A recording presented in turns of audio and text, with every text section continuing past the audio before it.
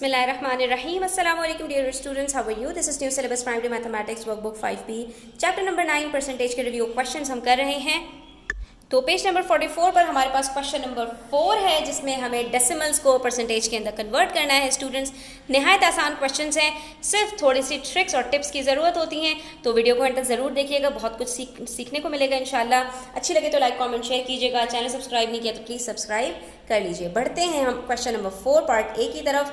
Decimal को जब भी परसेंटेज के अंदर कन्वर्ट करना हो बच्चों, बहुत ही सिंपल तरीका है। सिर्फ आपने क्या करना होता है कि नीचे एक 100 लाने के लिए, क्योंकि इसके अंदर नीचे तो कुछ नहीं है और परसेंटेज का मतलब ही यही होता है कि नीचे एक 100 ले आओ, तो इसके लिए आपको सिर्फ इतना करना होता है कि डेसिमल जहां पर भी है ना बच्चों, आपने डेसिमल को 2 डिजिट्स आगे लेकर आ जाना है। ये 0.4 है ना, तो यहाँ पर आपका क्या बन जाएगा, ये 40%, ठीक है, यानी कि ये 40/100 हो जाएगा। ये डेसिमल 2 डिजिट्स आगे जाएगा तो ये क्या बन जाएगा, 4040। इसी तरह से यहाँ पर आपका डेसिमल यहाँ पर है 0.0, इसके बाद ऑलरेडी दो डिजिट्स मौजूद हैं, तो ये आपका क्या बन जाएगा, 003, यानी सिर्फ 3%, क्योंकि परसेंटेज का मतलब क्या होता है कि इसके नीचे एक 100 चाहिए या इसके नीचे एक 100 मौजूद है।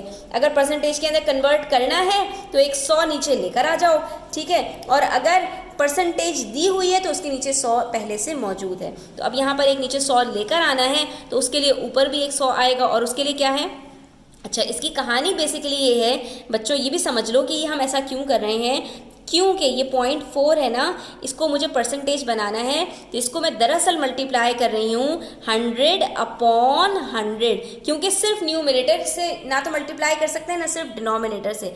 जब भी आप किसी चीज़ को मल्टीप्लाई करते हैं तो न्यूमरेटर और डिनोमिनेटर से सेम चीज़ मल्टीप्लाई करनी होती है।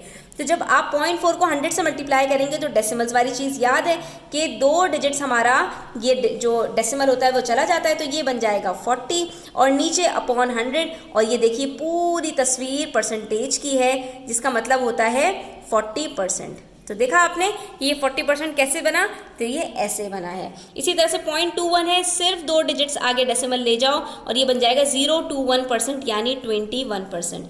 ये भी देखो, इसके बाद भी 2 डिजिट्स मौजूद हैं, तो क्या बन जाएगा, ये 074%, यानी 74%। तो देखा आपने कितना आसान था, सिर्फ एक चीज़ सीखी और उससे हमने सारे क्वेश्चंस को आसानी से सॉल्व कर लिया।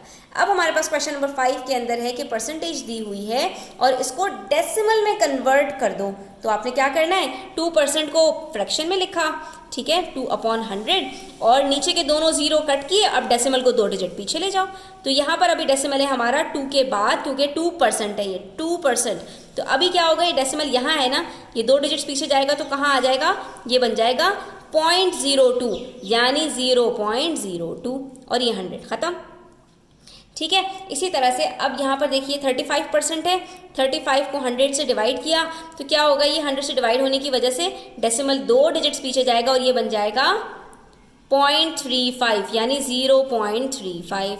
इसी तरह से 76% है, 76 को 100 से डिवाइड किया, डेसिमल 2 डिजिट्स पीछे गया और ये क्या बन गया, 0.76, यानी 0.76।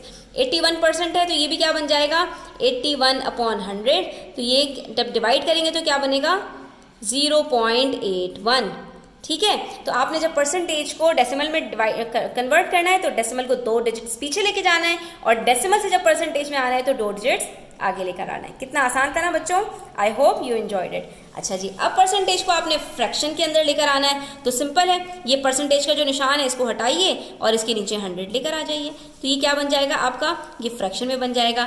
लेकिन कहानी सिर्फ यहीं ख़त्म नहीं होती बच्चों, जब ये हमसे कहते हैं कि सिंपलेस्ट फॉर्म में लेकर आइए तो आपने वहाँ पर सिंप्लीफाई भी करना होता है। अब हमें पता है कि 5 के टेबल में 100 आता है, कब आता है, 5 1 ज़ा 5, 5 20 ज़ा 100, तो ये बन गया 1/20। यहाँ पर कहानी ख़त्म।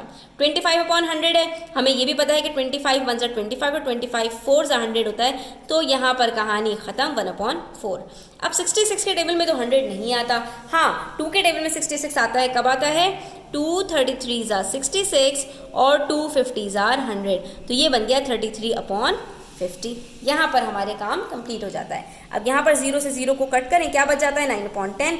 ये मज़ीद सिंप्लीफाई नहीं हो सकता, तो यहाँ पर हमारा फ्रैक्शन सिंपलेस्ट फॉर्म में आ जाता है। तो आज के लिए इतना ही स्टूडेंट्स। आई होप कि आपने काफ़ी कुछ सीख लिया होगा। इंशाल्लाह नेक्स्ट वीडियो में मज़ीद क्वेश्चंस के साथ आपके सामने हाजिर होंगी। तब तक के लिए अपना बहुत ख्याल रखिएगा। अल्लाह हाफिज़।